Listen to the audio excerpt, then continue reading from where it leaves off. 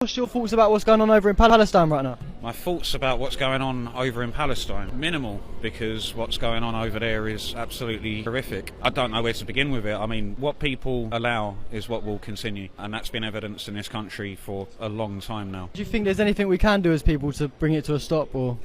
Yeah, absolutely. I mean, the first thing is that if you're an apologist for genocide, then you're compliant towards it. I remember when I was a little boy hearing about horrors of Nazi Germany and the things that they were doing to people. And the one thing that struck me as a child was how could people comply with that? In the past week, starving, malnourished, critically ill children are being denied visas to be taken to the United States of America for medical treatment, despite the fact that most of the munitions and weapons that have been used against Palestinians are actually American in origin. But if people can turn a blind eye to the children that are starving to death, being blown up in hospitals, to the doctors and the journalists that are being executed, to the homes in residential areas that are being targeted airstrikes, like the woman who was a nurse in one of these hospitals and she had her 7 children and her husband in their home in a residential area bombed, because this is how much they want to stop anyone, any of you, anybody from standing up and speaking the truth, because the truth is the only thing that can set people free. And what you all need to realise, this isn't something that happens to them and doesn't affect us. This is something that happens to them because they're relying on us doing nothing about it, and then by the time that it starts affecting us, it'll be too late, because they'll already know how to carry out a programme successfully. And there's no lack of coincidence that a lot of the stratagems that have been used in Gaza over the last several decades are actually taken directly from the illegal occupation of Ulster and Northern Ireland. And this is why Britain used to be world leaders in military intelligence and close security. But if you actually look at the companies and who owns them, you'll find that in the last decade or so, Israel happens to have some of the most successful private security and private military companies, because they're the ones, like Britain had for many decades now, they've had for many decades, a targeted, controlled populace that they can work their tactics out on.